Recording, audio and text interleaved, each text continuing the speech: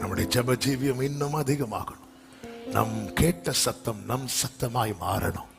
அடையாளம் காணும் மட்டும் ஜெபத்தை விட்டுறவே கூடாது. ஆமென். அடையாளம் வருதா, வார்த்தை நிறைவேற ரெடி ஆகுதுன்னு அர்த்தம். அதனாலதான் எலியாவை நீங்க பாத்தீங்கன்னா தெரியும்.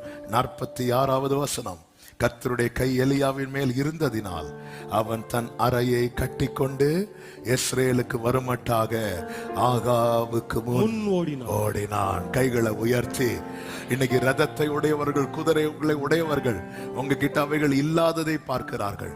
இந்த செய்தியை கேளுங்கள். வார்த்தை நிறைவேறும் போது அவங்க முன்னாடி நீங்க இருப்பீங்க, அவங்களை விட மேல நீங்க இருப்பீங்க.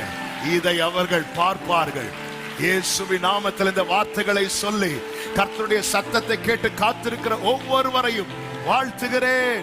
கர்த்தர் உங்களை ஆசீர்வதிப்பாராக.